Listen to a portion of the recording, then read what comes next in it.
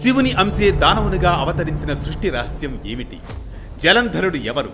అతనికి శివాంశ ఎలా లభించింది?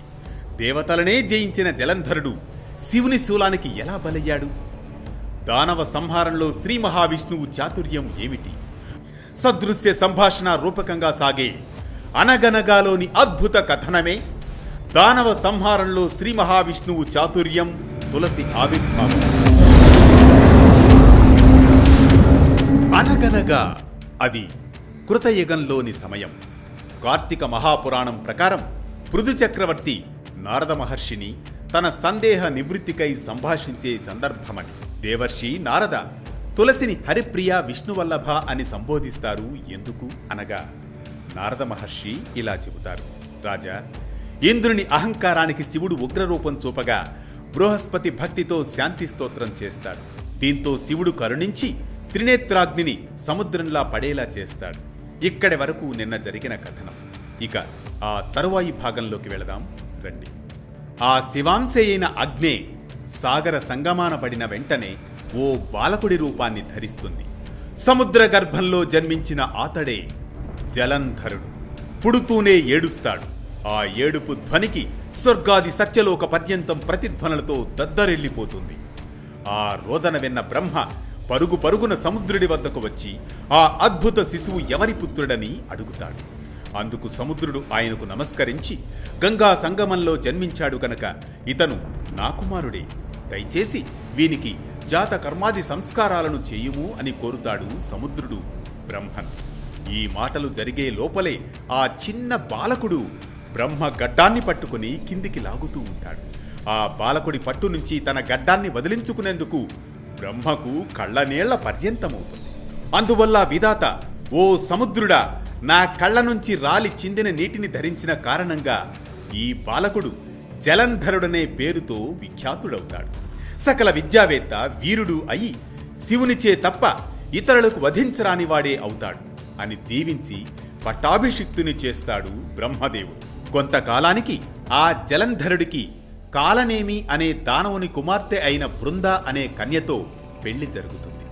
కాలనేమి కుమార్తె విష్ణు భక్తి పరాయణురాలు, పతివ్రత శీలురాలు. ఆమె జలంధరుని భార్యగా అవతరించి తన పాతివ్రత్య బలంతో అతనికి అపరాజేయత్వం ప్రసాదించింది. రూప వయో బల విలాసుడైన జలంధరుడు ఆ బృందను తన సతిగా స్వీకరించి దానవాచార్యుడైన శుక్రుని సహాయంతో సముద్రం నుండి భూమిని ఆక్రమించి స్వర్గంలా పాలిస్తూ ఉంటాడు. అలాంటి తరుణంలో దైవోపహతమై పాతాళాది లోకాలలో దాగిన దానవ బలమంతా ఇప్పుడు జలంధరుని ఆశ్రయించి నిర్భయంగా సంచరిస్తూ ఉంటుంది. దేవతలు జలంధరుని సంహరించలేకపోతారు. ఎందుకంటే అతనికి తులసి చిత్తశుద్ధి రక్షణగా నిలుస్తుంది.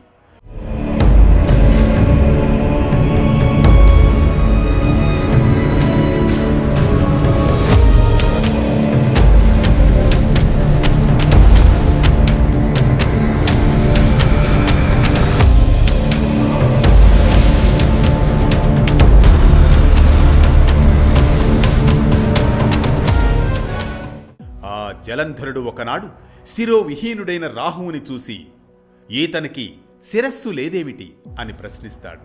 అప్పుడు శుక్రుడు గతంలో జరిగిన క్షీరసాగర మదనం, అమృతపు పంపకం సందర్భంగా విష్ణువు రాహువు తలను తన చక్రంతో వేరు చేశాడని ఇతిహాసం చెబుతాడు. అంతా విన్న సముద్ర తనయుడు జలంధరుడు మండిపడుతాడు. తన తండ్రి అయిన సముద్రుని మధించడం పట్ల చాలా మదన పడిపోతాడు. దీంతో గస్మరుణ్ణి దేవతల వద్దకు, ముఖ్యంగా ఇంద్రుడి వద్దకు రాయబారిగా పంపుతాడు. అప్పుడు గస్మరుడు ఇంద్రుణ్ణి సమీపించి, ఇంద్ర, నేను రాక్షస ప్రభువైన జలంధరుడి దూతను. ఆయన పంపిన శ్రీముఖాన్ని చదువుతాను, విను. ఇంద్ర, నా తండ్రి అయిన సముద్రుని పర్వతంతో మదించి అపహరించిన రత్నాలనన్నింటినీ వెంటనే నాకు అప్పగించు అని చెబుతాడు. దీంతో అమరేంద్రుడు, ఓ రాక్షస దూత, గతంలో నాకు భయపడిన లోక కంటకాలైన పర్వతాలను, నా శత్రువులైన రాక్షసుల్ని ఆ సముద్రుడు తన గర్భంలో దాచుకున్నాడు. అందువల్లనే సముద్ర మదనం చేయాల్సి వచ్చింది. ఇప్పటి మీ రాజులాగానే గతంలో శంఖుడనే సముద్ర నందనుడు కూడా అహంకరించి ప్రవర్తించి నా తమ్ముడైన ఉపేంద్రుని చేత వధించబడ్డాడు.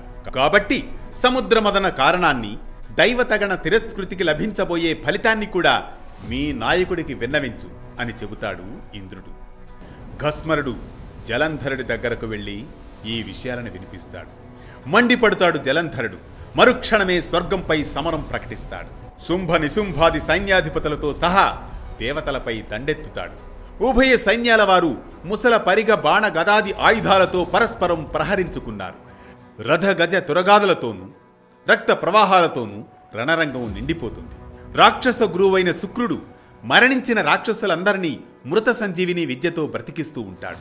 ఇక దేవగురువైన బృహస్పతి అచేతనాలైన దేవగణాలను ద్రోణగిరి మీది దివ్యౌషధాలతో చైతన్యవంతం చేస్తూ ఉంటాడు. ఇది గ్రహించిన శుక్రుడు జలంధరుడికి చెప్పి ఆ ద్రోణగిరిని కూడా సముద్రంలో పారవేయిస్తాడు. ఎప్పుడైతే ద్రోణపర్వతం అదృశ్యమైందో అప్పుడు బృహస్పతి దేవతలను చూచి, ఓ దేవతలారా, ఈ జలంధరుడు ఈశ్వరాంశ సంభూతుడు కావున మనకు జయింపశక్యం కాకుండా ఉన్నాడు. అందువల్ల ప్రస్తుతానికి సంయమనం పాటిద్దాం అని చెబుతాడు. అది వినగానే భయార్తులైన దేవతలు అందరూ యుద్ధరంగం నుంచి పారిపోయి మేరుపర్వత గుహాంతరాలను ఆశ్రయించారు. అంతటితో విజయాన్ని పొందిన జలంధరుడు ఇంద్ర పదవిలో తను పట్టాభిషిక్తుడై శుంభ నిశుంభాదులను తన ప్రతినిధులుగా నిర్ణయించి పారిపోయిన దేవతలను బందీలను చేయడం కోసం కొంత సైన్యంతో ఆ మేరుపర్వతాన్ని సమీపిస్తాడు. మారుమూలల్లో తలలు దాచుకున్నా కూడా వదలకుండా ముట్టడింప వస్తున్న జలంధరునికి భయపడిన వారై దేవతలంతా విష్ణు స్తోత్ర పారాయణం చేస్తారు. రాక్షసులచే పీడించబడిన దేవతల దుఃఖమనే కొండను నశింపజేయడంలో వజ్రాయుధం వంటి స్వామి శేషసైన సూర్యచంద్రులనే నేత్రములుగా గల ఓ విష్ణుదేవా నీకు నమస్కారం. ఈ దేవతల స్తోత్ర పాఠాలు ఆ చక్రపాణి చెవినబడతాయి. దేవతలకు కలిగిన కష్టాలకు బాధ్యత గల స్థితికారకుడిగా చింతిస్తూనే దానవులపై మాత్రం ఆగ్రహంతో తన శయ్యను వీడాడు శ్రీ మహావిష్ణువు. గరుడ వాహనంపై కదులుతాడు. లక్ష్మి, నీ సోదరుడైన జలంధరునికి దేవగణాలకు యుద్ధం జరుగుతోంది.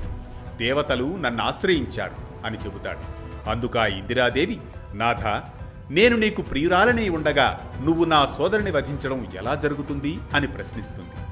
ఆ మాటకు మాధవుడు నవ్వి, నిజమే దేవి, నాకు నీ మీదున్న ప్రేమ చేతను, బ్రహ్మ నుండి అతను పొందిన వరాల చేతను, శివాంశ సంజాతుడు కావడం చేతను కూడా జలంధరుడు నేను కూడా సంహరింపదగిన వాడను కాను అని మాత్రం చెప్పి సర్వాయుధ సమీకృతుడై గరుడ వాహనారూఢుడై యుద్ధభూమిని చేరుతాడు. ఆ తరువాత యుద్ధం ఎలా జరిగింది? శ్రీ మహావిష్ణువు ఆ శివాంశ అయిన జలంధరుణ్ణి సంహరించారా? ఏం జరిగింది తెలుసుకుందాం తదుపరి 3వ భాగంలో రేపు రాత్రి 9 గంటలకు. ఇది దానవ సంహారంలో శ్రీ మహావిష్ణువు చాతుర్యం, తులసి ఆవిర్భావం, శివుని అంశను శివుడే సంహరించిన వైనం జలంధర సంహారం. ప్రతినిత్యం ఓ పురాణ కథనం, సూటిగా స్ఫూర్తిమంతంగా సామాజిక సందేశంగా, ధర్మం చెప్పే కథల సవ్వడి, జ్ఞానం చెలరేగే కథన ఒరవడి. అనగనగా అంటూ రేపు మళ్లీ పలకరిస్తుంది ఆరుబయట వెన్నెల్లో జోపట్టే కథల్లా వేటు న్యూస్.